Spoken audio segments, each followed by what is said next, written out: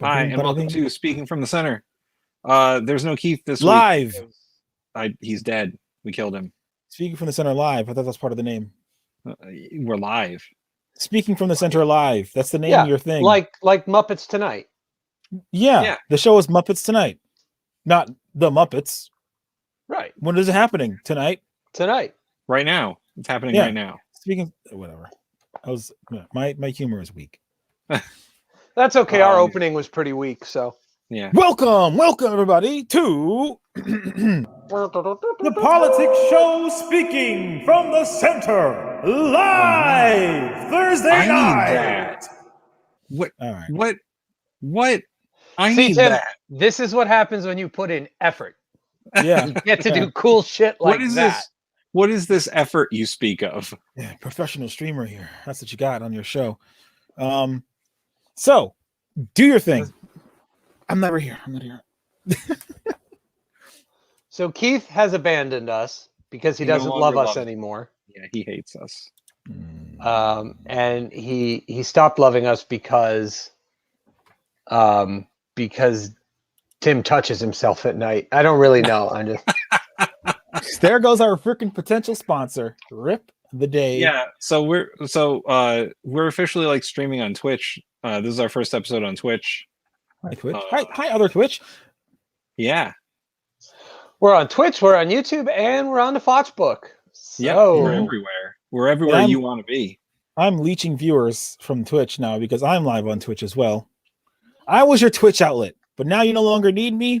But this will be my last episode I stream of this episode. You know what? We'll talk about it later. Anyway, we're live multiple. Please spam your links. Have your links put out so we can copy paste them everywhere they need to be. And the more links we have, the more chances we have to save Zelda. Exactly. And I'm Lord Links on Twitch. Although we need the sword and the shield, right? You have your heart. That's what it's all about. It's about your heart and your mind. Who knew Mati was the most powerful one all along? So does Link get health by eating other people's hearts? Is that what's going on? Yes and no.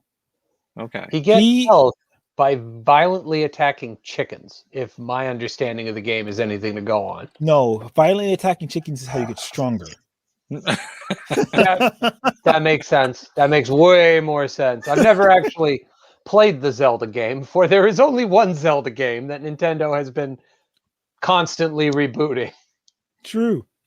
That is true. No, I mean they've got a carousel of Zelda games. Well, except for like Wind Waker. Wind Waker's pretty good.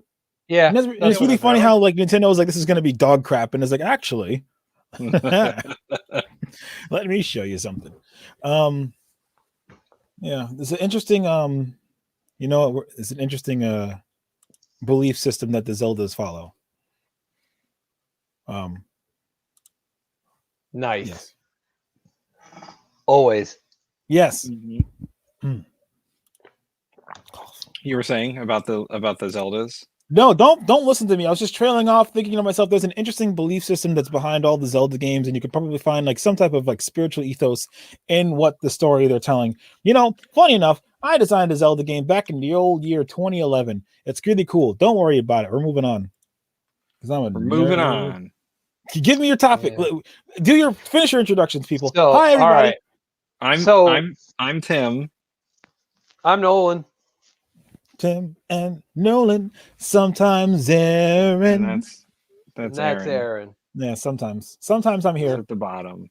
Yeah. Don't you do that to me. God Nolan is celebrating 420 over there with his smoky background. I'm kidding. I make no insinuations. Nolan, do you smoke the jazz cigarettes? Nope. I ingest all of mine. Thank you very much. He is a world traveling man, and no, there is no evidence that he breaks any laws anywhere, and he will keep a clean passport for travel. There you go. None that you can prove anyway. I'm trying to help you. What? So, all right. So, what are our topics for today? What did I say we were going to talk about? So, we've been dancing around it, and we've been lighthearted because nobody wants to talk about the serious, very serious, hard-hitting issue, the death of Walter Mondale. Yeah, this is going to be a who? situation. That's what's been big in the news this week. That's the big thing going on. Walter Mondale died. That is actually cool. He died at 93, and a big who. And for the people out here on Twitch, is the who make a logo. 93 years old, the vice president of Carter, dead. We thought he died in the 80s, but he was still around kicking. I know he didn't die in the 80s. He ran for president in the 80s, and lost to Reagan. He got destroyed by Reagan. He got destroyed by Reagan. Everybody got destroyed by Reagan. Well, dude, if you listen to the way they speak, Reagan had really high charisma, and it's just it was a hard one to beat, and then he beat him over the head with his cane, literally saying, "You're too young to be the president." Yeah. And it's like two old people fighting for president, and the other old person says, "You're too old to be you're too young to be the president." I'm like, Jesus, that's why we have these geriatric presidents as we do right now, is because we defer to age as like some sort of like cane of wisdom. Obviously, times are changing, but back in the day, certain amounts of wisdom was conferred to, the elderly, the venerable.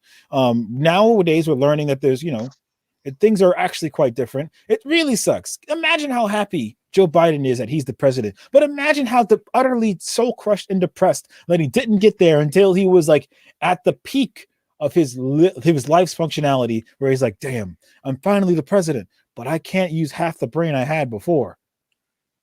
Well, like there's a point where, so wisdom is a function of time, because the longer you live and the more you live, the more perspective on life and time in general you gain as you go through it. But there comes a point where you reach the peak of that, and then physical problems start to infer and it starts to kind of go back down.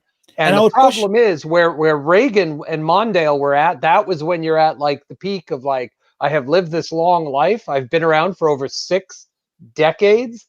I have seen a lot of things change, and I have a lot to offer and a real good perspective. And then we kept going with the age, and then we got guys like, Biden and Trump, two geriatrics having an insult fight. Yeah. One's living off of freaking steroids and meth at the same time, and the other one's like... The other one's Donald Trump, right? Yeah. But yeah, so there's a difference between applying your wisdom too. And when it comes to wisdom of the old ages, wisdom was seen as an actual metric of like, of leadership. But today we have so much information, so many things compounded, that wisdom is pretty much like your key to unlocking a lot of information that was previously like you just couldn't access it. Being able to access your intelligence and your wisdom all at once and unleash it as a leader, that's like the true mark of leadership, because your best professors are the ones that are very wise and know how to articulate that. Yeah. Unlike an old person, like you'd see on chilling in downtown or sitting on their porch, who's got a lot of wisdom, but they're not that prolific with their words because they just don't know how to implement it, other than telling you a story or correcting you when you make a mistake, as opposed to giving you the leadership that you actually need. And nowadays we need actual leaders. So in the past, you need to defer to the past, but today you need to be sharpened on your feet. Whereas like you could say a professor of old refers to, this is what happened back in the day with the Soviet Union and China. But today, we need to look at the algorithms, the way that people actually function and move, so you can apply that knowledge of the old days and apply the knowledge of the new days and actually stay ahead of the curve. And you can do that younger and younger if you're actually paying attention, because the number one currency of today is actually paying attention. Or Dogecoin. Well, Dogecoin, listen, you should have bought Dogecoin when it was like 0.0000004. I did. I had 100 of them when they were a quarter of a penny. And let me guess, you forgot your password. You can't access them anymore. No. I made like $500.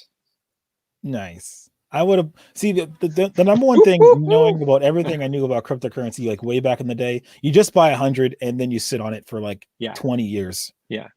But not buy 100. No, the real key is to spend $100, but I was too busy being poor for most of the 2010s to actually invest in anything other than keeping my freaking life together. So what is it? So 15 years ago, there's a thing called cryptocurrency coming, all right? I need you to spend $100 at the very least investing in that. That's going to buy you an unimaginable amount of this fluffy currency, but you hold on to it. You hold on to it till 2021. That's the Bitcoin. Listen, when that Bitcoin hits $100, you don't even think about it. You hold on to it because it's exponentially more money than you put in. You freaking hold on to it. I swear to God, you hold on to it. When it hits 16,000, you hold on to that, okay? You hold on to it till it gets to 2021. I know you're going to be poor. I know you're going to be destitute and broke, but I need you to eat that ramen for 5 more years until you get to 2021 and it spikes up to 46,000. Then you sell it. Then you're good.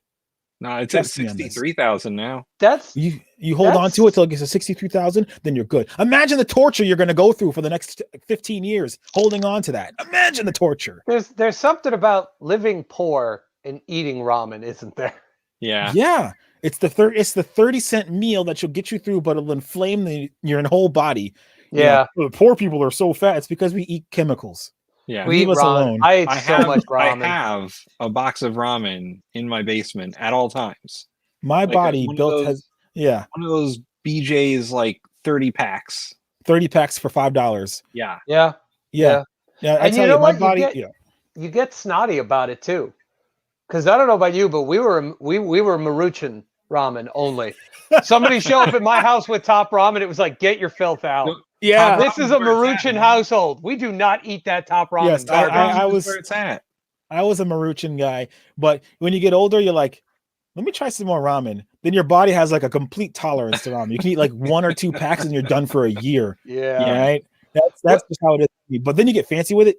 Ramen and a wok. Ramen with real ingredients. Yeah. Yes. But it's like it's Some still cheap vegetables. ramen. Yeah, that's great. So the best part is they opened a G-Mart in Milford, which is basically like a Chinese supermarket. And they got all types of crazy Korean, Chinese ramens for the same dirt cheap price. Yes. I'm like, where was this a decade ago? Yeah, that place next to the highway, I think it was, right? Yeah. Yep. But yeah, so back to Walter Mondale. See, this is how irrelevant Walter Mondale is. We just trail off about ramen and being poor. All right. Yeah, how did we get from Walter Mondale? So the idea is about being poor. So he got beaten over the head with a tax stick, right? He had a really brilliant line about Ronald Reagan's going to raise the taxes. I'm going to raise the taxes. The difference is I'll tell you. But here's the real trick of this. You don't tell the people ever anyway. You do that. You say, I'm going to beat your ass. And then he's going to beat your ass too. But he's sitting in the corner staring at you. Who are you more afraid of? It's the one telling you that they're going to beat your ass. Yeah. Well, because you're looking at the other guy who's being quiet, being like, you're not going to beat my ass, are you? Here's the problem with Democrats and taxes. Democrats, no matter where they put themselves on the tax debate, are always on the wrong side. No matter what. Yeah. If the Republicans say they're going to cut taxes, the Democrats are like, well, we're going to cut taxes too. And the people who end up cutting the taxes are the Republicans. And then they run up huge deficits. And then when it comes time for the Democrats to be in power, the Democrats have to fix the deficits by raising taxes, which Biden is going to do. And then they're going to get fucked when the Republicans are like, we'll cut taxes, and the Democrats just raise them. And it's just a cycle of the Democrats constantly having to bail out the country because they have to raise taxes and the Republicans lower them. How noble and heroic of you Democrats to do that for us all the time. Be careful not to pat your back too hard when you congratulate yourself there for that. I'm not saying that it's a congratulatory thing. I'm just saying that that you save the country and pull us out of deficit every time you raise our taxes, Dan. This way to go. No, here's the problem. That's the problem. You guys are always playing reactionary to what the Republicans do. Yeah. There's no choice. Sure there is. Well, there's always choice. There is a choice, yes, but do you meet aggression with ultimate aggression? Because aggression pushes far, and the Republicans are really good at being incredibly aggressive when they want something. And Democrats have kind of floundered in the past few years. Here's a funny thing. There's a funny quote attributed to Walter Mondale. He was the last Democrat of his kind, right? He was the dying breath of the Democratic Party in the 80s, right? And it was funny. Because let me find this actual quote of what they said he Was it Democrats blow and Republicans suck? Because that was those black. No. It says I don't think he actually used that phrase, Tim. I think he did. No. They said the last old school Democrat, right?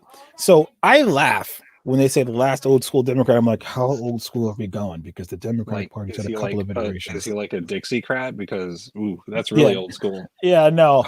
It's like, thank goodness for that.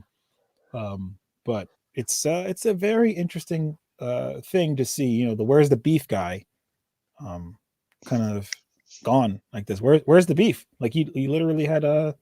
Oh, that was his thing. His thing was where's the beef? I believe he was the where's the beef man. Oh, okay. Pretty sure that was a Wendy's promotional thing. Wendy's stole it. What?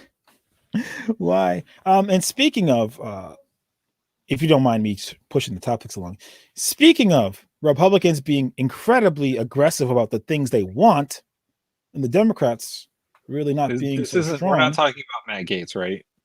No, we're not talking about Gaetz and everybody, not everybody else, but plenty of people, regardless of political party. Either way, it is the Washington D.C. They're voting for statehood. Like that's been a big push. Reasonable arguments for having DC become a state, but also incredibly strong opposition from the Republican Party. Really, basically boils down to they could list like 5 million different reasons that are all dehumanizing, but it all comes down to they do not want the Democrats to have any more power, North Dakota, South Dakota, by having Washington D.C. become a state. Well, I mean, it basically comes down to they don't want a city with a majority black population to have say in what goes on. It's I mean, obviously, yeah. So the issue that I see outside of the one Tim just brought up, I wasn't going for that just right away, is this. There is something to be said for where the federal government conducts its business being a non-state entity, being its own independent area. Yeah. And I think that's why it was initially created as it was, as an independent entity outside the jurisdiction of either state. Right. They didn't want any state to claim the nation's capital. So what I think they should do is just shrink it down back to like just the federal buildings.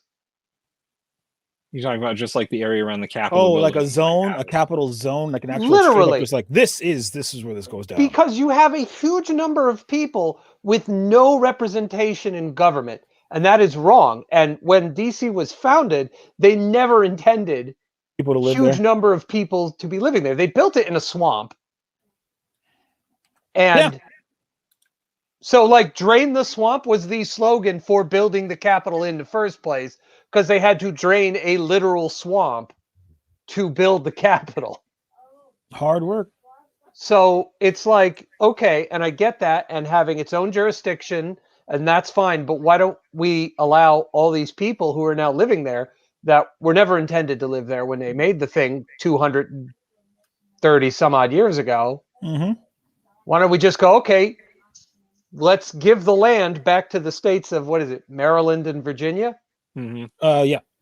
Why don't we give as much of that land back to those two states as possible and keep that just around like the Capitol buildings? That'll be the federal zone.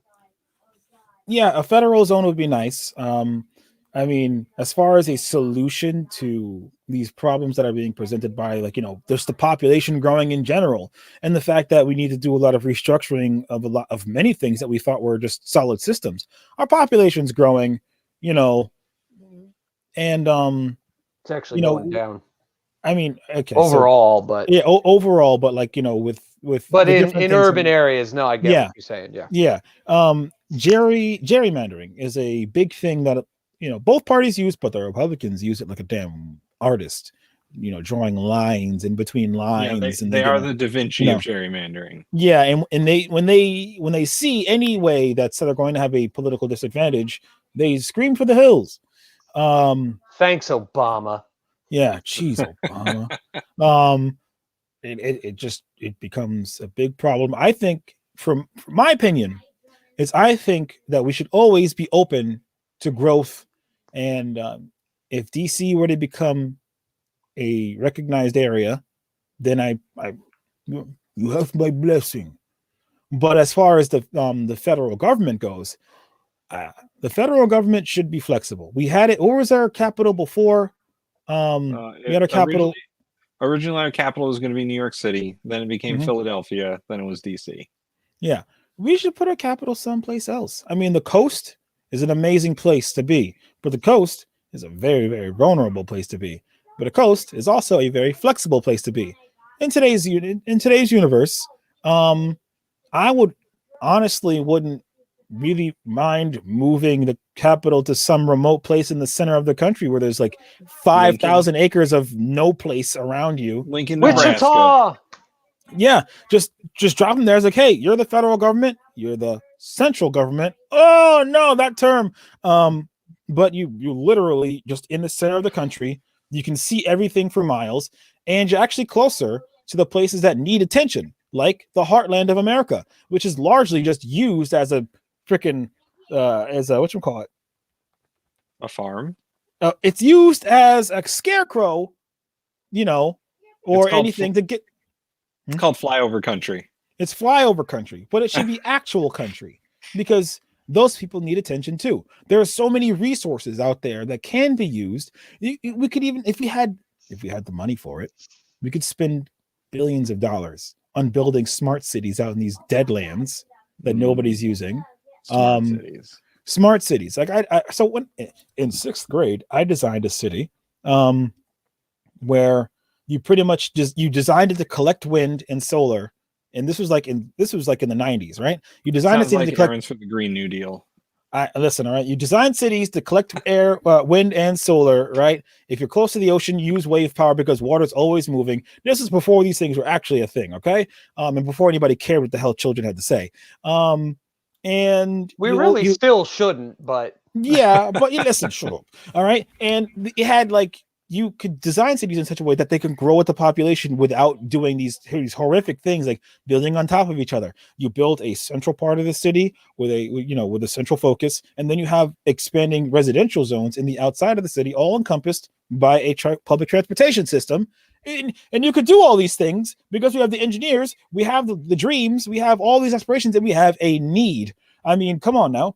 If we get 10 million immigrants into the country that all want to do some type of work, you know what? Build your city, give you citizenship. I know that's a crazy idea, but well, the Republicans don't want to do anything like that because then that means again they'd have to recognize the changing demographics of the country and that the United States population is largely kind of moved to the center or slightly left of center, and the Republicans just keep moving to the far right on these things. So DC can't be a state. DC can never be a state because we don't build new cities. We don't build states. We don't got nothing. We don't do anything new. Here's the issue, is that 750,000 people in the nation's capital don't have representation in Congress. Yeah, that's a big problem. That's bigger than the population of some of those Midwestern states. Some of the Dakotas have less people in them than Washington, D.C. I'm fairly certain Delaware has fewer people in it. Nobody can confirm that. The shell companies make it very difficult to tell how many people actually live in Delaware. That's all they get is 3 electoral votes. I mean, that's all they're ever going to get. But they should at least have voting representation in Congress. And the city of Washington, D.C., their budget shouldn't be controlled by Congress. They should their executive branch and their legislature should have control of. Do they even have a legislative branch? They do. I believe they have the city council, or at least they should. But they have a mayor at the very least. Do they? They do. Oh, good. Wasn't he smoking crack at one point? That was Marion Barry? Wasn't he Maybe? the mayor of DC, or was that Marion- Maryland? No, I bet Marion Barry was the mayor of DC, and he did smoke crack. Vermont has a population of less than 1 million people. Yes, Vermont has a population of less than 1 million. The population issue is just a dehumanizing issue that people are really good at. They're just like, you know what, you're not even people. You're like, oh, damn, all right, fine. All right, I mean, there's a joke to be made there, and I'm gonna make it. yeah. I'm gonna make that joke, but understand that it is a joke, and it's there. You're not a person. You guys aren't even peoples. That's a major step backwards, because at least for a time it was 3/5. Yeah, it's Now terrible. it's 0. It went from you got 0 to 3/5 to sort of 1 to back to 0. Yeah. So that's my edgy joke there for the night.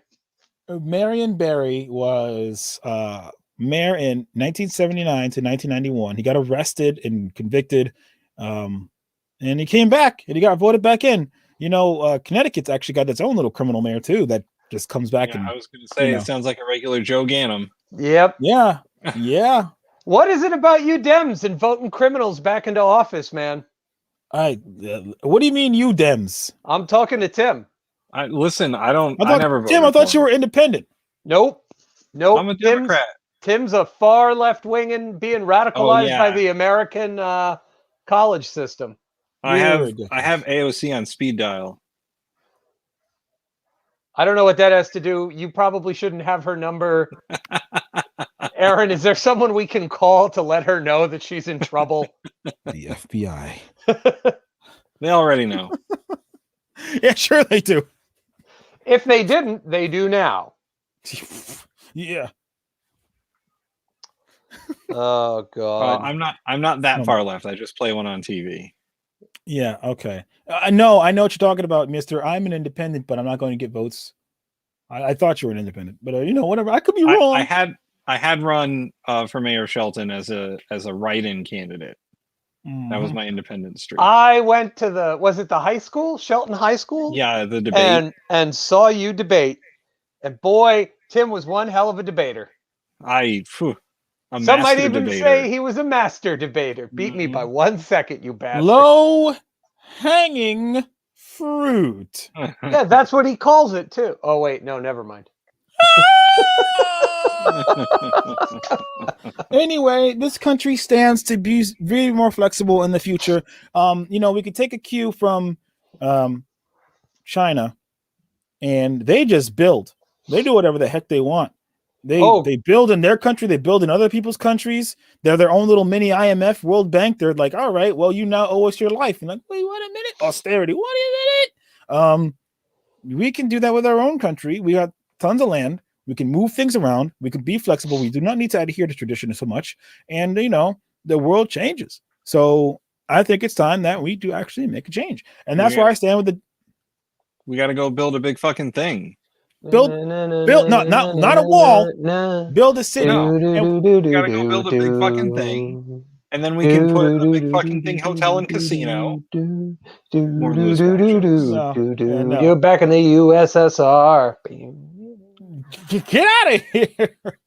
I'm just saying that's where we're at. We can't do shit. We have become so stagnant politically, so full of cronyism and on the Republican side, so full of cronyism and bloated tradition that they won't allow anything to happen. And the Democrats are like, not doing much better because they seem to implode at the drop of a hat and turn on each other. Here's what it is there once again another Lewis Black joke. The Republicans are the party of bad ideas, and the Democrats are the party of no ideas. Right, but the difference is having a bad idea is at least having an idea. And it's crazy. And with my thanks Obama joke from earlier was about Michelle Obama screwed the Democrats when she came out with that whole when they go low, we go high. Yeah. That's why the Republicans are able to do all this. Like, if it wasn't absolutely despicable and deplorable what they were doing to people, looking at their political maneuvering, it's mastery. It's beautiful. It's awful what they use it for. It's terrible. But when you they got to just say, look at "So the what?" craft. Look at what you're doing. So what? Yeah. Like you got America. you got to look at their craft and go, wow, they really know how to play the game. And the Democrats are all like, oh, well, we're going to go high and we're going to let perfect be the enemy of good and not do anything. Well, you have to be aggressively high. Like, if you're going to go high, you have to be on a high horse with a heavy tower shield and a lance to run things over. Huh? If you're going to go aggressively high, you need 2 joints. Yes. Yes. Some of exactly. them might be aggressively high. Well, because the idea is you can be virtuous, but you have to be stalwart. You have to be aggressively shaming. You have to break a person down in their negativity in order to actually work. If somebody owns it, like, we watched one person do a really good thing about owning it. He owned his shortcomings. He owned his misgivings. And a lot of people were like, oh, sympathetic with that Christian mentality. But you actually have to rub their nose in the shit, like hard. And you have to put them there.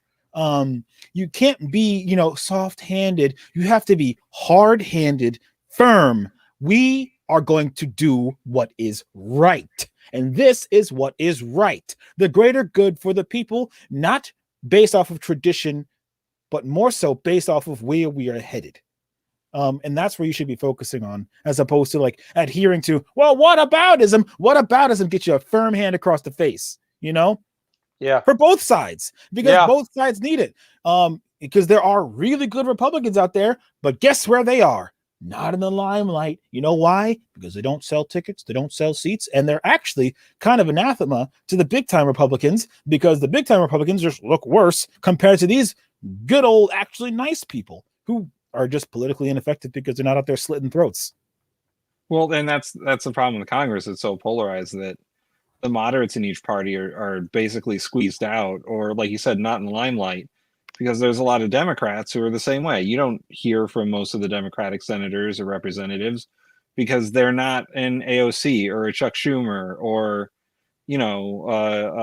some other, or an Elizabeth Warren. They don't have the strong liberal views. Well, and the other problem is the Democrats are like, that they want to be tough on these things, but they're not willing to be hard or tough enough. Yes, there was a masturbating joke in there.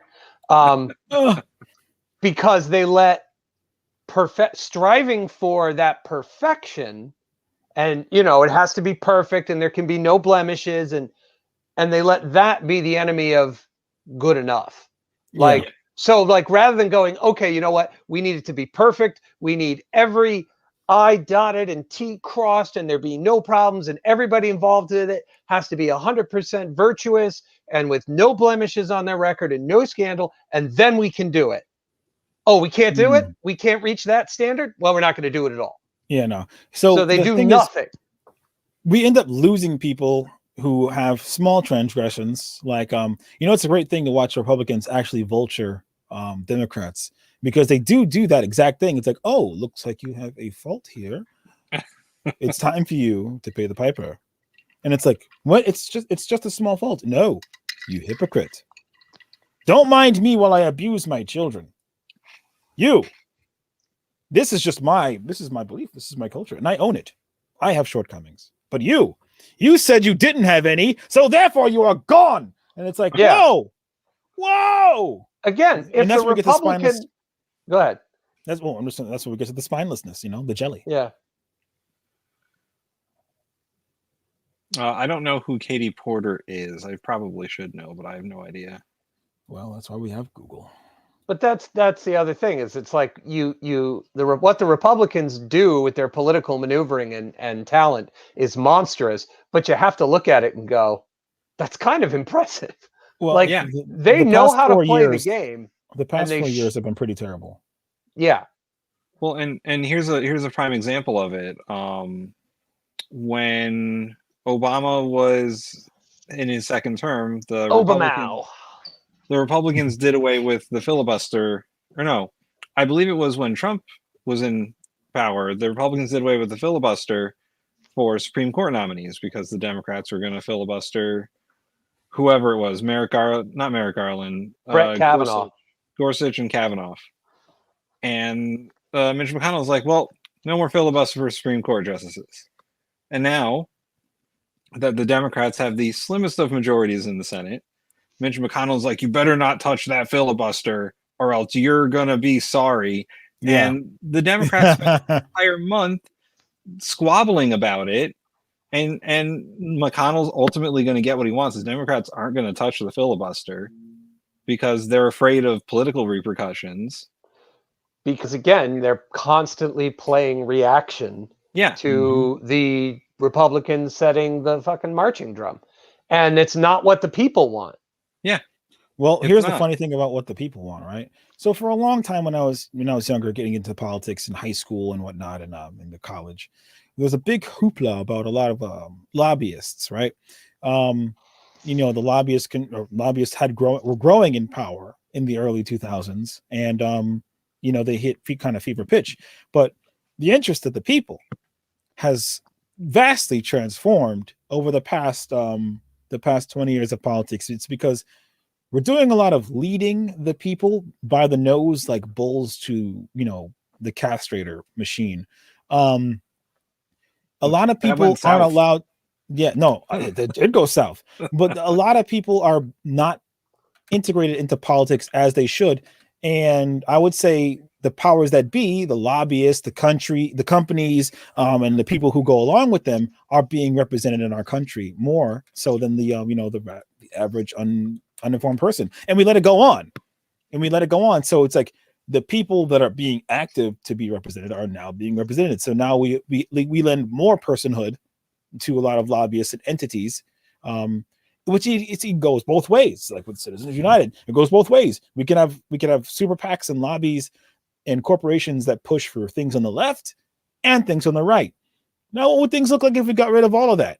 We'd be right back into the underclass of lobbyists sneaking their way in to get their head, into the ears of politicians. Fun little side story. A friend of mine moved to Texas. Okay. We're using Texas as a hypothetical, but he's out there in the West. Texas is hypothetical. Hypothetical Texas. Okay. I don't want to dox anybody. So is their power grid. Perfect. So he's out there, right?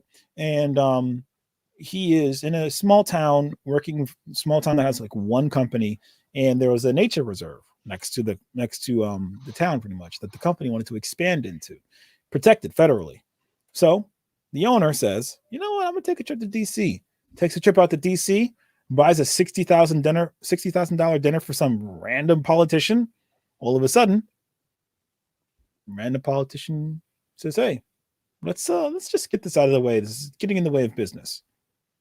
Guess what happens? That nature reserve is gone, and the company has moved into the land.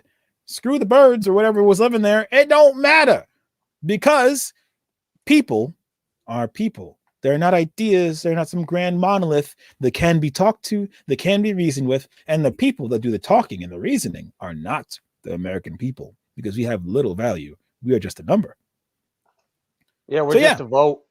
We're just a vote. But are you really that important? No, we want voter blocks, not individual voters. Yeah. Well, yeah. That's why canvassing is so effective, but it doesn't happen that often. Look at Georgia. All that canvassing they did, Atlanta, amazing. Yeah. Well, yeah, canvassing is the most effective campaign strategy. Because you talk to every voter as a person. Yes. And that's like, that's like the alternative for actual people to be there. And the downfall of canvassing is professional consultants and lobbyists for campaigns who push indirect advertising, mass media, and mailers. Yeah. Mailers are just eyes. They tell you you need to be exposed to somebody 7 times in order for them to remember you. The average life of a mailer is the time it takes for it to go from the mailbox to the trash can. Yep. Yeah. Mm-hmm. And they know that. Smoke them if you got them. I never remember a single one of them. I absolutely hate mailers. And whenever I run, I do one at the end, just to remind people to vote. Because I know that $3,000 is going down the fucking drain. Yeah. I mean, part of the problem is that, like, undercutting all of this is that you have an American population that today, as many other times in our history, is willfully ignorant. Yeah. And it's less acceptable now because there is so many ways to be informed. And there are some people who just still insist on carrying on the proud American tradition of being willfully ignorant. Terrible story about mailers. I worked at the post office, and I applied at the beginning of the year, the winter. I got hired right before political season, and I had to go through 2,000 mailboxes of unorganized. So they give you these mailers, right? Political mailers, but they're unorganized, but they have addresses on them. So you have to organize them for like multiple houses, and you get multiple politicians. So it's like peak capitalism. Get these new people in there, promise them a good future, and then work them to the bone during the political season, then yeet them out at the end. It was brutal. Like the day before election day, the person I was supposed to be, I worked for called out, so I had to come in on a day it didn't work. And then I got nailed with like 2,000 mailers that I had to organize and get out there. It was a bloody mess. And especially for me, I was still in my few weeks of training. Yeah, it was fun. But yeah, everybody uses everybody. They don't really care. Mailers, go out, get your eyeballs in there, and business will go on as usual because nobody actually really cares. They just want the system to go on, and they want to feel comforted that they're doing a little bit of something. We have a question, comments in the comments. For politics, it's actually in the Constitution for lobbyists. Are lobbyists in the Constitution? For because what lobbyists technically fall under is for the peaceful redress of grievances. Mm-hmm. Oh, makes sense. That is what lobbying started out as, and that is a right guaranteed, I believe, in the Constitution or the Bill of Rights. Which I know is the first 12 amendments to the Constitution or something like that, but. So I have to look it up because to go along with that, like my previous statement about the lobbyists having the ears of the politicians and the commoner not really. That's the problem. It's like we've gone to the idea of if you want to get your foot in the door, $60,000 dinner with your favorite politician to get something done. The common people are just seen as an annoyance because while they do have power and hold sway, they're not respected. An authority that's not respected is annoyance. The people of America have the supreme authority of what goes on, as most countries do. Most countries, the people of the countries have the supreme power of what actually happens in the country, unless they have a really effective military. And they're just ignored because they see the people as owning little benefit. They see themselves as the key. So lobbyists of varying powers get in. We can all be lobbyists. We can all advocate for ourselves and others. But it's the ones that get listened to. The ones that get listened to reign supreme. So it's actually the First Amendment. It's covered under the free speech. And the reason that lobbyists are allowed to use money is also the First Amendment, because money is free speech. Is a form of free speech. Yeah. Thanks to Citizens United, the 2012 Supreme Court case. About it's bad now because now there are too many conservatives on the court, but in 2012 that's a dicey situation that we'd have to take an entire episode to dissect Citizens United and how it applies to the future, because there's good, there's bad, and there's ugly, and there's very little beautiful. Beautiful. It's mostly bad. And also let's see, was it freespeech.org versus FEC and McCutcheon versus FEC? It's really the FEC needs to get itself some better goddamn lawyers. The FEC actually needs to be a commission that has all of its members and legal power. That's what they need. Because right now, I believe there are only 3 commissioners, and they do not have any legal authority. They need to be a commission that is given teeth, so they can go after some of these PACs and organizations that are just flaunting their campaign finance violations. Well, I mean, the campaign finance violations fall under the same thing as like all those government workplace safety regulations that like we all have on the books, but a lot of companies just go, yeah, we don't want to bring this up to code because it would cost too much. The fine we have to pay is less than what it would cost for us to fix the problem. So we'll just factor in the fine as the cost of doing business. And the same is true with the finance, with the campaign finance. It's, oh yeah, we're not supposed to do this, but the punishment is so negligible that we'll just factor it into our. Yeah, it's just the cost of having a super PAC. The fun part about how this thing's exponentially grow with money is the fact that you get these regulations, you get these things, and if you want to kill somebody, crush somebody, you just pull their card on them. A big company is like, all right, we'll just pay the fine. A small company is just dead, absolutely slaughtered and murdered, gone, gutted. And it's kind of like the craziness of like we're all dying in a pool of liability. Insurance companies are strangling the entire world, and regulations and rules. I like regulations, I like rules, but they're not being applied fairly, nor are they being applied justly. There was a certain looseness that we used to have as a country that allowed things to just kind of like live and let live. But now it's like, what about, it's about, what about, hey, look at that guy over there. Oh, what about me? Oh, you got me. Here's my fine. But that person right there is doing the same thing and they can't suffer the fine. So boom, that entire sector's is gone, right? But it's like, well, looks like that company is gone. I'm just going to move in right over there. And anything involving a fine where the primary punishment is financial, that is a punishment that is designed to keep those with less money down. Exclusion is a very important thing once you get to a certain point in, when you're playing a certain game. And speaking of exclusion and excluded peoples, where are we going to go with this? The final topic. No, it's not our final topic. It's the big one that we haven't been talking about. No, we have not gotten there because that's going to be the biggest sprawling conversation that we ever had. All right, before we get there, politics as they go, right? And speaking about lobbyists and getting their foot in the door and other things like that, and politics as usual and how things evolve, let's go back to the Stone Ages and talk about Biden and Russia.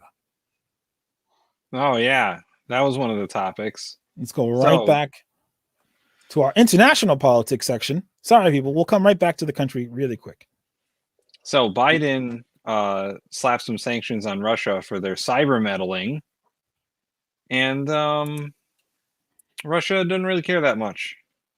Well, Putin was like, enough. Well, they care enough. Putin's been escalating tensions on the Ukrainian border. Biden says, don't you do those things. And Putin says, I'll do whatever I want. This is Soviet Russia. And that's basically how it's going. Yeah. Nolan.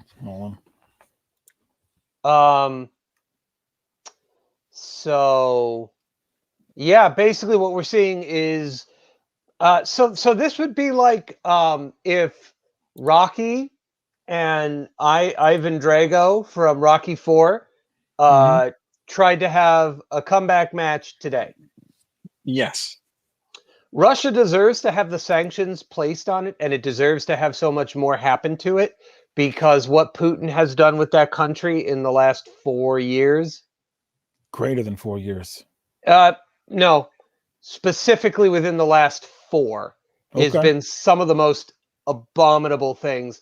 And he's not done it in like big, massive oppressions or gulags or all the things the Russians used to be so well known for. Or annexing a country in 2014 that's still going on, thousands and thousands of people dead and lives completely tossed in the bin. And they keep pushing our buttons. I'm just saying, it's not in the last 5 years, but that is probably some of the most egregious things that Russia has done in the current future, in the current now.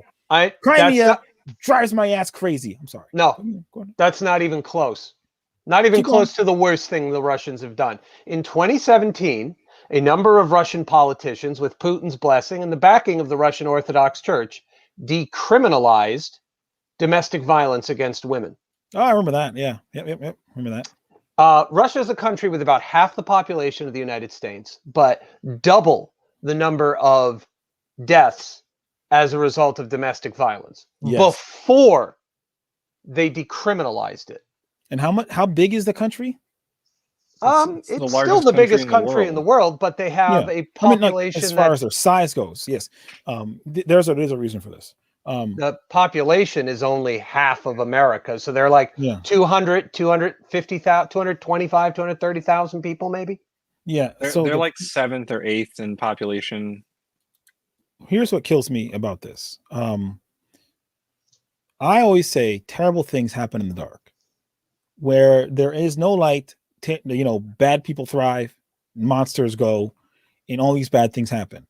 When you have a country as big as Russia, and you have these laws that just give carte blanche to police your own household, and you have dead industry, dead aspirations, people drinking, high alcoholism, misery, people get taken out on each other because it's the only thing you can hit. It's a cacophony of no revolution is coming because the people are absolutely deflated. But the same thing happens in our country too. It's like, the politicians is like, what can we get away with? The people are like, well, what can we get away with? I live in a shed in the woods. Nobody's coming here. It's time for me to take out some anger. Or, it's nighttime. Nobody can see me. I'm going to steal some shit, Yeah. I misspoke. The Russian population is only around 146 million people. Oh, so the population of Japan. Yeah, they have a population that is about half of ours. After they decriminalized spousal abuse in the first year, 17,000 women were killed as a result. That nearly quadrupled the number of deaths. No, I think it was over like 10 times the number of deaths in a year. And while the Russian government in 2018 came out and said that law may have been a mistake, to my knowledge, it still hasn't been fixed because that same group of politicians has been so busy trying to criminalize abortion, a right that the Russian women have had since the October Revolution of 1918. Wasn't one of the things that was said was to return masculinity? Yeah. To inflate the ego of men. The Orthodox Church came out and said that beatings are a good way to save the soul. That country is going to have a reckoning internally. We had Shartan on the show, and he was talking about the dangers of Russia and the oligarchy, and I'm like, that's cute. Like they are on thin ice. That country is so volatile, and yeah. Keeping the population addicted to drugs and alcohol has actually been like state policy since the czars. Because drug addicted drunk people are docile people. What did Afghanistan do to Russia? They pretty much rotted out that entire section of Russia after their conflict with drugs. They just flooded that entire section of Russia with drugs. I think that was like a big thing about international politics, and I was learning about it in high school, about Russia and Afghanistan, and learning about Afghanistan and America, the opiates and all that stuff like that, like their markets, and just pretty much how war has been over there. It's like I forgot. I think Britain did it to China by going on to Afghanistan and bringing a whole bunch of crap to China and just wrecking those people with with drugs. And then the same thing happened with Afghanistan, just getting back at Russia, wrecking those people with drugs.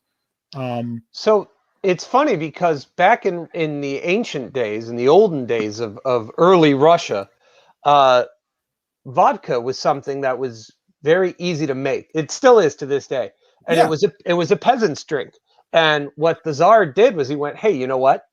No, from now on, making vodka, that's a royal prestige. It's a royal industry, and only people who get a prestige or a pedigree from me have the right to make vodka.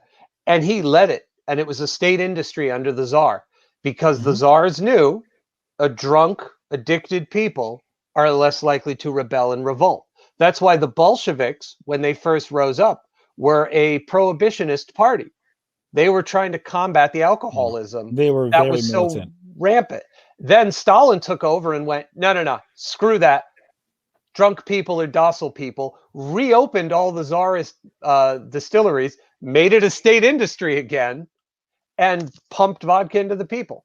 Yeah, well, that's the ebb and flow of politics. Some will call a lot of these countries, a lot of these people will call these countries experiments in political parties and systems. Like I wouldn't really call them socialist. I wouldn't call them communist. They're all just experiments in how to control masses to meet certain ends.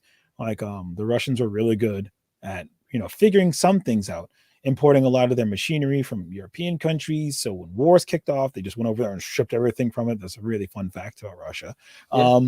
They built some really bad nuclear reactors. Their industrialization was amazing, but they had nowhere to go once they did it because they had zero aspirations other than being a world power. And what do? You have 1,000,001 train cars, and no toys for kids, no infrastructure, just everything that's waiting to just get so big and explodes. Remember, that giant beast collapsed under its own weight because it had nowhere to go. And obviously other things. Like America. America today. We are working. So we have a very complex situation where it's not our country doing it, but the powers that be inside of our country growing so big after, post globalization, because before globalization, a lot of industries were made to suit their environments. A lot of businesses, factories, stores, all were made to support their local economies, and they got their money from their local economies. Ford, for all of his misgivings, did have a good ethos of you pay your workers enough so they can buy the products, which is a cyclical environment in your population. But when you globalize, you see that there's money elsewhere that you can get. So you just remove certain parts. You make your money elsewhere. You sell your products because money is constantly flowing, but a lot of the people in the interim don't have any money. Their economies fail. The companies that were there that were supporting them cannot put money into the system. So you have these, bombed out places. You have, these meth counties where they used to be mining towns. Now they don't have a mining job. There used to be factory towns. There's no more factory town. And that's America's equivalent of what happened in a lot of these other countries. But it happens in such a smaller scale and with enough ignorance around that people still feel self-important because America has a mission. It's just a mission that's been used to dangle the carrot in front of people's face. But we're going to go to the moon again. We need to.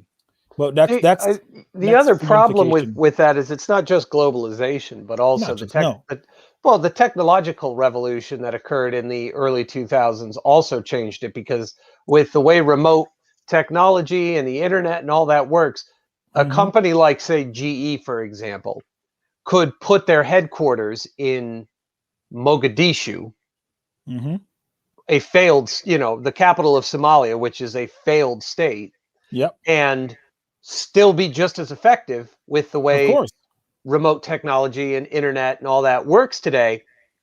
And, so when I say globalization, I do include like the internet revolution and the technology boom too, because it's all a part of what makes it possible. You could say you guys could spread out, but like that's impractical. But now it's not impractical. We actually shipped a lot of our labor over to China because they're willing to work for 10 cents on the dollar. But that's kind of going to be rough for us because we have to make a headquarters out there. And then came the technology boom, and it's like, oh, do it. We're shipping over. I remember when I was in 8th grade, shipping over 70,000 jobs to India, 80,000 jobs to China. This company shuts down. We lose XYZ jobs. We gain XYZ jobs over there. But it's great for the company because they're now making a pittance, because what's a really big expense of companies? People. Insurance. Well, nowadays it's even worse because insurance is just so high because everything's a liability. People are probably your most expensive thing in your country. We ran into a big problem with that when the pandemic started, because a lot of our medical infrastructure was in other countries like China. So when it came to getting the reactive agent for the COVID tests, China made that stuff. And when it came to getting, the swabs for the tests, China made that stuff. So it became a problem for us because we didn't have the security and the infrastructure to make our own tests at the time. We eventually developed some of that because we needed it, but in the immediate, we didn't have it. Yeah. Right. But and part of it is our own unwillingness Yeah. to adapt to the changing technological landscape, or the changes to our financial and commercial landscape technology brought. It used to be that a company would set up somewhere and jobs would be created in that area Mhm. and immediately affect that local economy. But with the internet and, satellite conference calling in and things like that, and remote commuting and telecommuting and things like that, that's no longer real. That's no longer necessary. And the pandemic has kind of forced us to face that in a very real way. Two great tragedies are really good at doing one thing. The 2008 tragedy showed companies that they can work, that could do more with less people. So, and the pandemic showed you can do more elsewhere. Yeah. Yeah. Whereas it's kind of funny, the early 2000s were outsourcing all these jobs to make cheaper labor. 2008's like, you know what? For the jobs that are here, there's 5 people doing this job that one person can do. You want that job, don't you? Keep working. We can enslave our own people by scarcity. You can, and then now it's like, well, now we can overwork our people. Was complaining about smartphones and everything like that. No, now you actually can be overworked because you can just stay home. But the company saves money on insurance. They save money on all the other things that they got to do to keep your ass alive and well in their building. It's a win for everyone. But hey, now we have a problem. New age problem. There's a disparity in almost everything that happens. There's ultra rich, there's ultra poor. There's actually middle class. When you make a certain amount of money, you're actually really good. If you've been living poor, you make $50,000 a year, you're like, holy shit, I am set for a life. But if you're like middle class and you've been raised on the idea of living, at the edge of your means, you're screwed. Yeah. But I think that everything becomes affordable after a certain point of income. It's just how you manage your money and what your interests are. Yep. And then we just led to this. We have a couple of issues that we need to work with. And that when I say Russia has lost their mission, no, they never actually had a mission as a people. And America has a mission as a people that kind of keeps them alive and floating.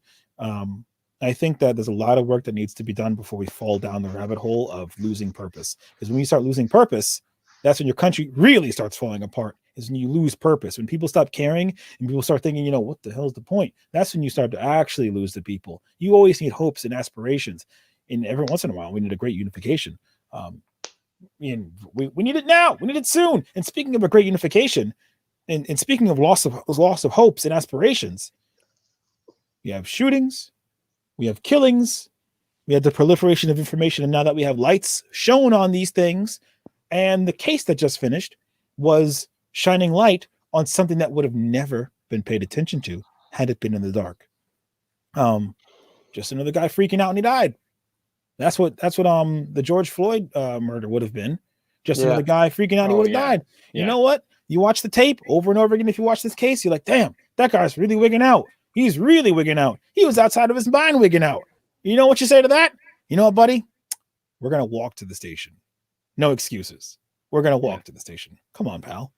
So I heard, well, I mean, this is hearsay, but even the police body cam footage wouldn't have been enough to convict Chauvin in the trial.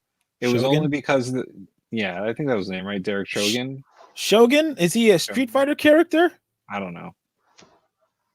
But anyway, it was the bystanders who were filming independently of the body cam footage that really showed what was actually going on. Mm-hmm. The lifted foot, the actual pressure on the spine, the exacerbation of the entire thing. The defense of the case was really, it was trying to cast reasonable doubt. And that was our approach.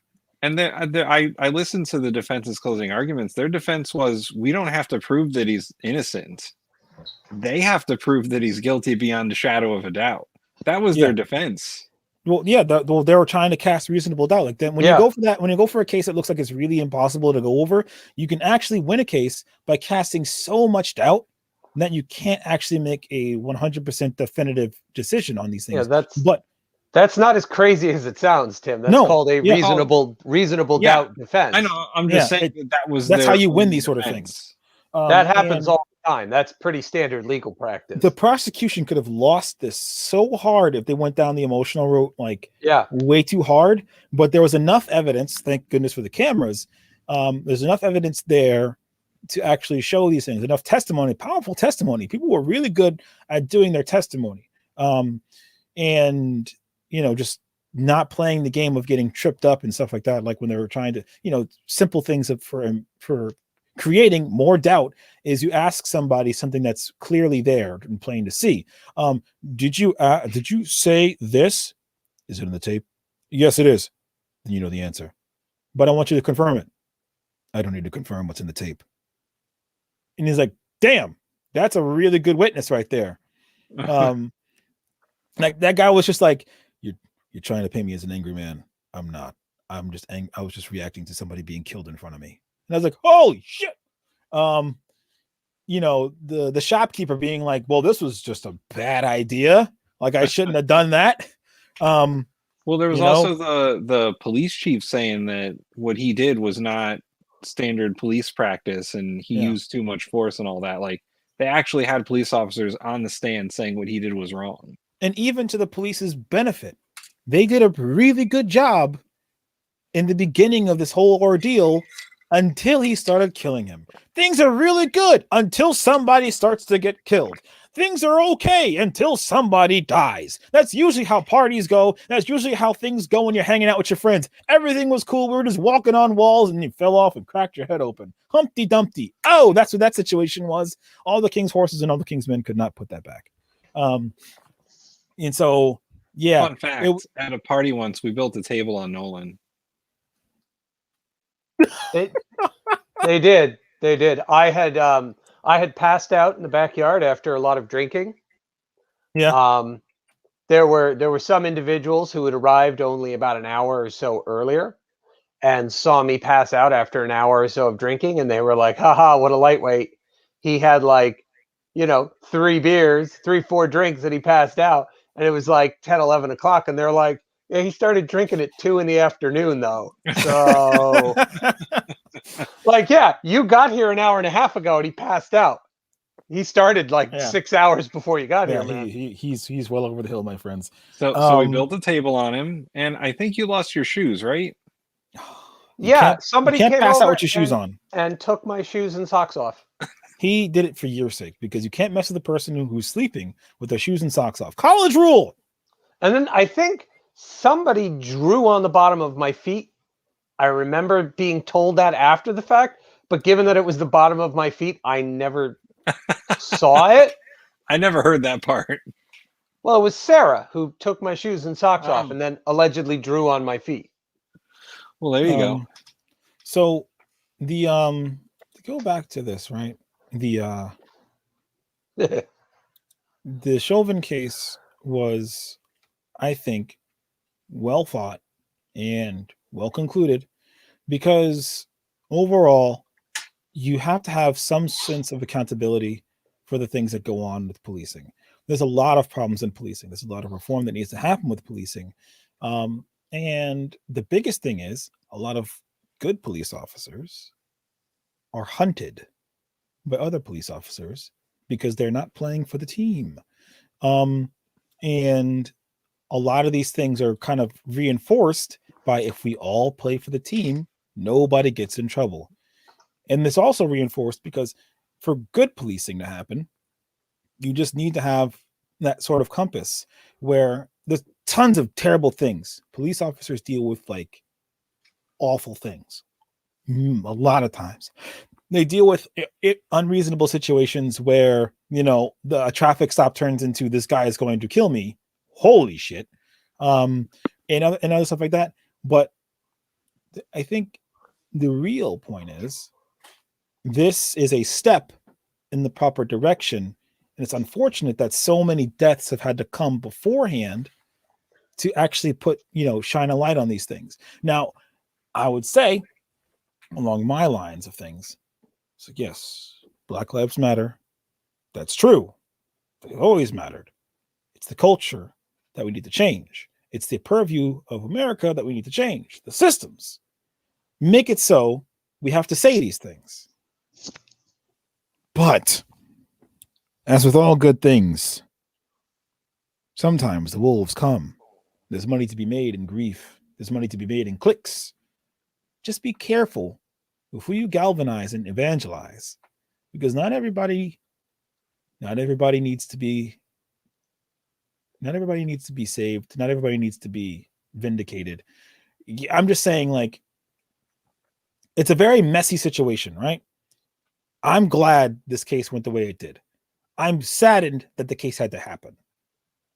But there's many cases out there that other people will be looking to turn into these tent poles for an agenda, which will ultimately hurt the cause. And we're going through that right now, because a lot of Black people are dying, but there's a lot of attention on it. There's a lot of white people dying out there, and we need to put attention on those too, because we need to understand why these things are happening. We need to see what these situations are. Was there, I saw a video a couple of years ago of a white guy with a gun, and he actually shot at the cops, but like 20 cops bum rushed him and disarmed him. You hear about mass shooters shooting up a whole bunch of people, dropping his hands and walking out. And like, okay. You hear about people who are actively attacking people, being freaking, being, disabled, disarmed.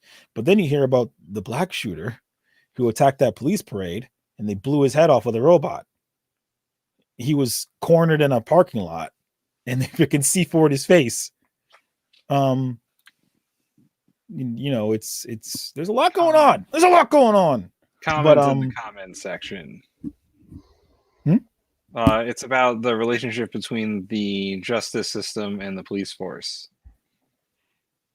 So basically, the relationship between the local DA and the cops. Oh yeah. Well, it's the local DA, the cops. It's the cops and the cops. I remember in 2017 when I was living in China.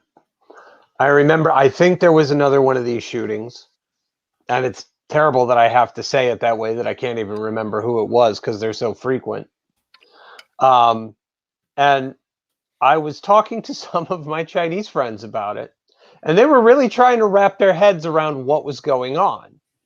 And I was explaining it to them, and they were like, and the cops just shot and killed him. I said, yep. And they can do that. And I was like, well, yeah, kind of. And this Chinese person looked at me, and in all honesty, thought about it for a minute. He went, your cops have way too much authority. This was said to me in mainland China by somebody born and raised in mainland China, who has lived outside of mainland China and gone back and looked at it and said, your cops have way too much power. Well, and that's one of the things that I heard conversations about, is that, what was the argument? The police believe that they don't have not the duty to, but they don't have the responsibility to adhere to democratic enforcement from the towns that they represent. Case in point, after George Floyd's death and before the trial began, the city of Minneapolis, their legislature, voted to dismantle the police department, and the police said, fuck, you're not. And that was the end of it. We still need police. But here's the thing. So the idea is we have police, and they normally get escalated above the role of common citizens because they are. But the idea is they are servants of the public, not the leaders of the public. And this is echoed throughout many different theories about when you have people in authority who are in these positions, what do you do? It's even in Warhammer 40K. You've got literal superhuman demigods protecting humans from other crap, right?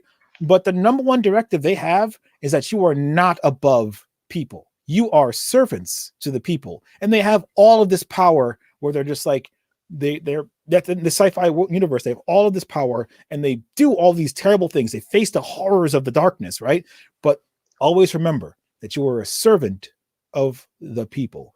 This is why you do this. You're a servant of humanity. And the same thing goes for cops. It's like, you're a But- public servant. But they don't listen. No. When a town says we're going to reform you, the police and the police union say you're not. And that's And if you try, we're going to reduce enforcement.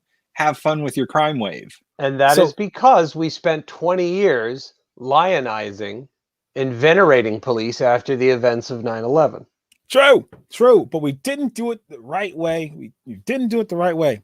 If we're going to change the police force, we really need to change it for the actual problems of the future. We need to give police the way to actually, I mean, it's okay. Violence, for the most part, is absolutely necessary to stop certain things from happening. But to what degree do we employ the violence? Now, some people are really not going to like this. It's not called defunding the police. It's restructuring what we do with that money. We're not buying MRAPs. We're buying armored vans that have enough space to throw somebody in there. We don't do one cop, two cop. These are all my ideas. We don't do one cop, two cop out there. We do teams of police that can respond to situations and have the agency of being, we can disarm almost any situation that we get thrown into. We are a team. This is what we do.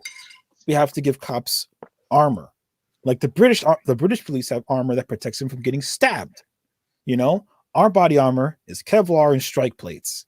And we have a bevy of weapons to prevent people from hitting you. Our purview is, go home tonight. Well, we need to make sure our police go home tonight. And so do the other people that they're there to serve. If somebody's actually there to cause harm and you need to defend yourself, be able to take the first shot.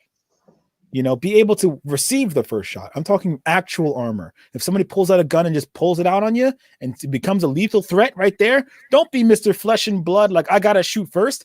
Be the iron golem that you need to be. It's like, all right, citizen, I'm here to stop you from doing this because you're going to harm somebody. It means that we have to go deeper into retooling what the police actually should be, which is unfortunate.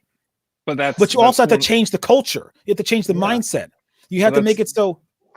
That's one of the problems, is that the police over the years have accepted less and less risk in their jobs, which is why they go to lethal force more often. Is they don't want to accept the risk of a traffic stop turning into someone shot a cop, so they fire first. That's the problem, is they perceive their jobs as wholly more dangerous than they are. I feel pretty dangerous because the chance of dying. Yeah, but it's dangerous, but it's not like top 10 jobs in the country dangerous. Like a police officer is not one of the most dangerous jobs. They're accepting. So if you're going by the raw numbers, Tim, the deadliest and most dangerous job that has for per capita number of people who do it to number of people who have been killed while doing it, deadliest job in the United States is the president. Oh, damn! You're right. I was gonna say woodcutters. Woodcutters have it rough. But realistically, it depends on where that police officer is patrolling. Yes, because I'll tell you, the boys in blue in Wichita ain't got much to do. I was gonna say, you have a lot of in-town cops. You have a lot of good policing going on in towns where they live. They know everybody, and these things happen. Remember what I said? Terrible things happen in the dark, but when everybody's exposed to the light, the whole community's out there working together, things are pretty good. You notice when somebody's shut in. You know when somebody's recluse. You know when something's gonna happen. So you can do some preventative stuff. There is that. But when you live in these cities, things get a little bit different when you have a culture that was growing back in the day of, the police are our enemy. We must fight the police. And now you have it kind of like resurging. It makes things kind of dicey because you have people who might feel vindicated and just blindly taking one out because you've just removed personhood from police officers, and police officers have removed personhood from certain groups of people. So we need to come back. We need a lot of work to change the culture of what it means to be a police officer, to change the culture of what it means to be a functioning society, instead of, making enemies everywhere. Because what do you do with your enemies? You don't integrate your enemies into your society. You reject them. Yeah. And ejecting people from society is a great way to radicalize them. Yeah. And force them to come back into that society violently because they have spent time being ostracized and they feel embittered and the need to take revenge for being made to feel powerless.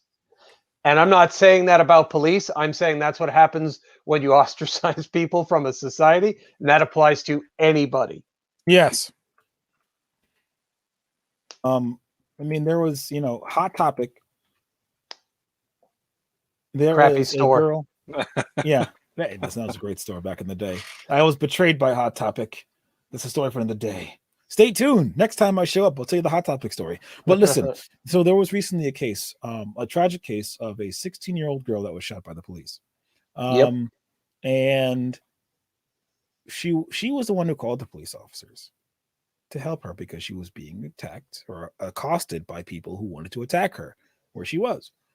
By the time the police officers show up, the person who called the police was in a pretty much pitch fight with multiple people, and she had a knife in her hand. She was attacking people, swinging the knife with intent to harm. If you watch the video, please, I urge you to watch the video. It's a really difficult situation to have an opinion on. It's a really difficult situation, especially in the pitch heat of America, as we have a lot of racial issues with, cops killing black people. We also have issues with cops just killing people in general. The girl gets shot by the police officer because she is arm back, knife going in, swinging at people, and the cops was like, "What the f is going on?" I was called because somebody said they were getting attacked by somebody, and he shows up, and everybody's flying around in this big old dust ball of a circle. A girl is throwing a knife at somebody's gut, and the cop's like, "I got to do something right now," and he shoots the girl, possibly to save a life because you can die. Knives kill people, and they've done it for thousands of years. And the girl looked like the biggest threat there, and she got shot. Really unfortunate. Don't call the cops and then pull out a weapon and then start attacking other people, because fist fighting is different than weapon fighting, depending on the weapon, because you have to do threat assessment. It's the real tragedy is the fact that the cop had to shoot her because the cop was woefully unprepared, as are many other cops, to deal with these situations. You could show up in a situation like this. People say, "Oh, de-escalate." No, there's no de-escalating somebody throwing a knife into somebody's gut. You showed up a little bit too late. That ship has sailed. Yeah. In my humble opinion, the cops, the police officers are woefully underprepared to deal with the public in their worst moments. And it's tragic that the girl got stabbed. Yeah, one of their issues is they don't have enough training by a lot. The problem isn't that. It's that what they're being trained for is not enough. They're you're right. They don't have enough training. But the problem is what we're asking them to do these days is way more than what we should be asking of a police force. Right. They're social workers and social assistance programs need to be funded and put in place to take some of this burden off of the police, because the police are not trained to deal with mental health and other domestic and all these other kinds of issues. They're just not. Yeah. And they really shouldn't be. They shouldn't. There should have other systems in place. Yeah, there should be other resources made available so that this doesn't. Our only thing is, well, call the cops. Well, even if the cops are the ones that we do call, we should be preparing our cops to deal with these situations. There should be a response to somebody being an active threat without a gun. Well, we should have that. Like, all right, I show up to the scene, somebody's going ham. We have 2 or 3 police officers with me right now because this is how you respond to these things. And we have snare poles, we got nets, we got anything, we got everything we need to just yeet this person off the other people. How about tasers? Tasers hardly work sometimes. Depending, there's a lot of things that go wrong with tasers because people can be resistant to tasers. Tasers can misfire. But I'm saying, like, if you snare pull somebody and net them and yeet them away, I mean, come on now. Nets work, snare pulls work. It's really difficult. That's why you need multiple people with you, because when people are in this moment, when they're in this craze, they are stronger than normal. And a lot of police officers have to deal with people who have murderous intent. Murderous intent is a strength. Like that, when you listen to police officers describe it, it's a terrifying thing because that's somebody that wants to take everything from you in that moment, be it with a gun or a knife. It's a terrifying thing that police officers need to be prepared to do. So I looked it up, and according to the Bureau of Labor Statistics, being a police officer is the 22nd most dangerous job in the country. And the common cause of death of a police officer is violence by another person. So being a police officer is a dangerous job. And the most common cause of police officers dying is being attacked by someone else. Mm-hmm. But I think that the amount of risk that police officers think that other people pose of them is not in line with the amount of risk that they actually pose. I will grant you that. I disagree. I think it depends on where that police officer is. Yes, with the caveat that a lot of things have been ginned up, a lot, and all of our information is now national. We can share horror stories all over the place, right? And as our community grows and our community fractures, there's a lot more unknowns, a lot more shadows that create much more fear. The problem is, for us to analyze those stats, we need to have a comprehensive breakdown of what's going on and where to understand why. A lot of police unions don't like to share information. So we're living in a dark age of what's actually happening with these police. We need to understand why things are dangerous where they are. We need to understand where the police funerals are happening. We need to know what is going on, because when you're in, and so can you give me the do you know the stats of the other classes or other jobs that are higher risk, because we can understand what's going on there. So the most dangerous job in the country is a log worker. Yep, trees are dangerous. They've always been. They've been killing people since the dawn of time. Their cause of death is logging machines or logs. Yes, you can get caught up in a freaking wood chipper real easy. Surprise, surprise, and they don't Log, stop. Log. The second most dangerous job in the country is an aircraft pilot or a flight engineer. The majority of aircraft pilot fatalities occur in privately owned planes or helicopters. Don't those make the news when it crashes? When the plane crashes? Kobe. Damn. No, they're talking about like people who are it's not like the big ones. It's the guys who are flying like puddle jumpers. And small like the private jets, like Alaska. That's their primary form of travel because it's so huge. Well, if somebody's famous in a helicopter and it crashes, like Kobe, we know about it. But if just the pilot's like, I got to do a routine flight out to Nantucket and it's foggy and he crashes. No, I would like to do more research into that, because the actual fatalities for at least this one in 2018 was 70 people. So that's what we're talking about. The most dangerous 70 people died in 2018. The most dangerous job is being a person in a city. I'm just kidding. I worked in Bridgeport as a delivery food driver for a Chinese restaurant. Well, let me tell you what number 7 is, Nolan. It's a delivery driver. Yeah, and every night before we closed, the last 2 people to come in were 2 Bridgeport beat cops who would order like soup and egg rolls at like 10 o'clock and sit in the place for the half hour or hour until we closed. And I would talk to them. And at one point, one of the cops looked up at me and he said, after us, you've probably got the most dangerous job in this city. I mean, true, because people are dumb. Here's a funny story. When I was working as a delivery guy at a restaurant, one of our cooks in shift leaders, right? He was hanging out, or he was hanging out with somebody, one of his friends, and his friend brought a friend with him. They ordered Chinese food, and the friend of the friend decides to rob the Chinese food delivery guy. Robs the Chinese food delivery guy and leaves. So the friend, my coworker, gets arrested because the friend of the friend robbed the guy at his house, and he has nowhere else to go. And he's like, "Did you just do that for real? Did you really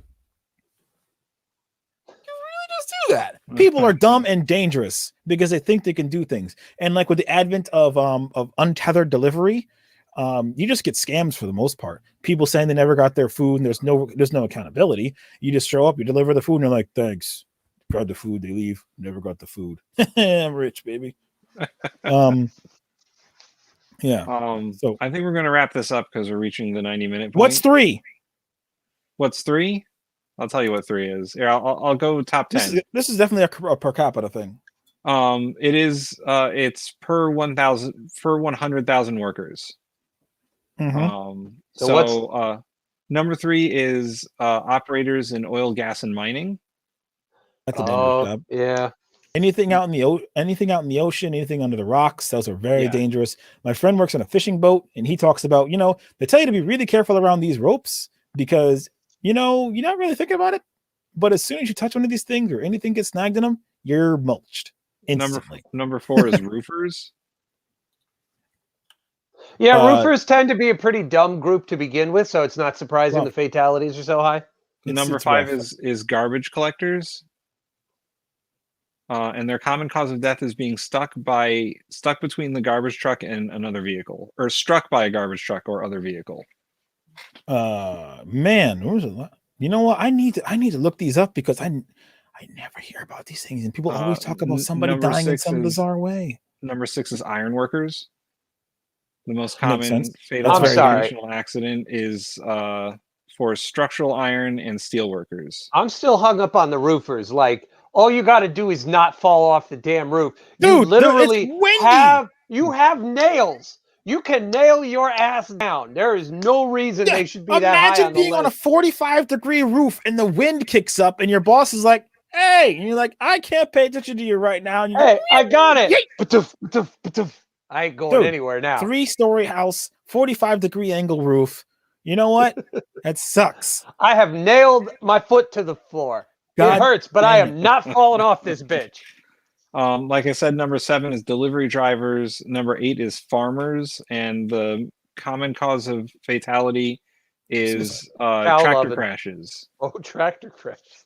Number 9 is fire. How old is this list? Because suicide was actually said as the biggest killer of farmers. 2018. Firefighting supervisors is number 9. That's because their firefighters get sick of them and push them into the fires. And rounding out the top 10 is power linemen.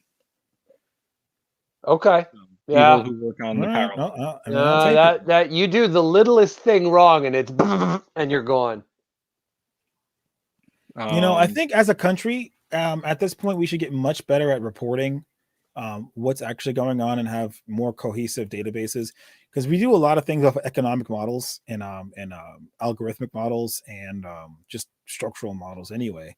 We need to do a lot more work with actually understanding what goes on, because we could have the information and we got the program. It's called Excel.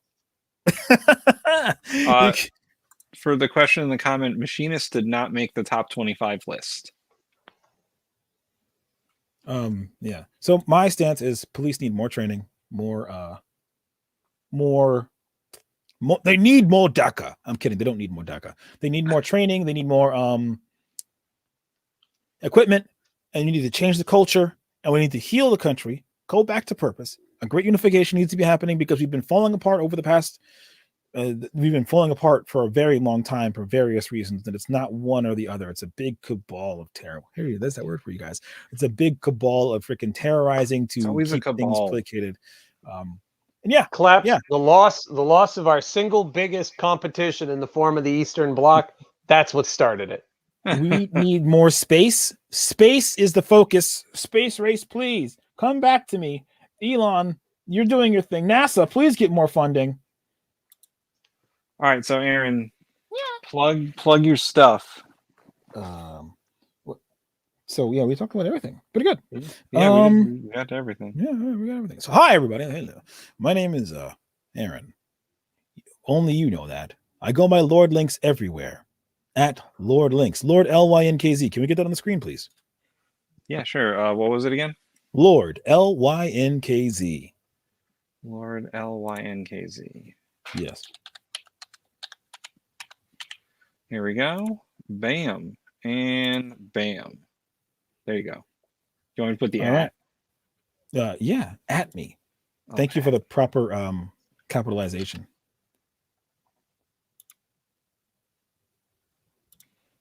There we go. Yeah. So at Lord Links on anywhere you could find me. Really. Patreon, PayPal. I'm just kidding. Twitter, Twitch. I stream every day on Twitch, coming up on my 2,000 days in a row streaming. That's gonna be cool. Yeah, it's a lot of days. And yeah, I'm usually pretty engaging. I have a Discord if you'd ever like to join a Discord to discuss anything with me or catch my ear. Mainly, you can catch my ear. Twitter, possibly, will be the easiest for casual approach. Yeah, there's that. Thank you very much for joining us today. My politics go wherever reasonable beliefs can be found, and I'm always up for change, like I profess for this country. This country needs to be up for change, major. Yeah, there's that. Thank you for having me as a guest. Hi. Hey, Tim, I'm not Lord Lynx. You gotta. What's your thing, Nolan? My name is Nolan. I'm usually here on Thursdays at 8, and I have a podcast. It's on Apple Podcast thing. You can look it up. It's called In the Nerd. We have a Facebook page. Find us and like it. We're on Facebook. I think we're on Twitter. I don't know if we have a Twitter handle. I don't know how to tweet. So there you go.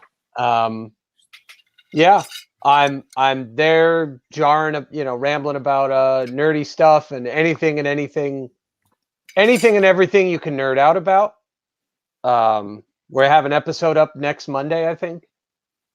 And yeah, I'm always up for, talking about something and bullshitting for a couple hours. Pretty good at it. So yeah, check me out. All right, and you've been listening to Speaking from the Center. I'm Tim. You can find us on Facebook at facebook.com/Speaking from the Center. You can find us on YouTube on youtube.com/Speaking from the Center. You can find us now on Twitch, twitch.com/Speaking from the Center. Twitch.tv. Before you shoot yourself in the foot. There you go. It's the link's there. It's there. There we go. And you can go to our Patreon. Link is also scrolling. It's scrolling right now. You can see it. There it is. Patreon.com/SFTC. And you too can become a producer of the show, just like Shartan, who we have to now thank every episode. So thank you, Shartan, for being our producer. He's our first patron. Yeah, Shartan is our first patron. I think we have another one too. I got an email, so let's see. Who else do I have to thank? Ooh, we did get another one. Let's see. Let's see. Who is our new patron? Ooh. They are also a producer now. Shartan has competition. Jenna Mew. So thank you, Jenna Mew, and you are now a producer of the show. So you get all the rights and privileges herein. Sorry for the disappointment, Jenna. Yeah, that's great. Yeah, so awesome. Do you know her, Tim?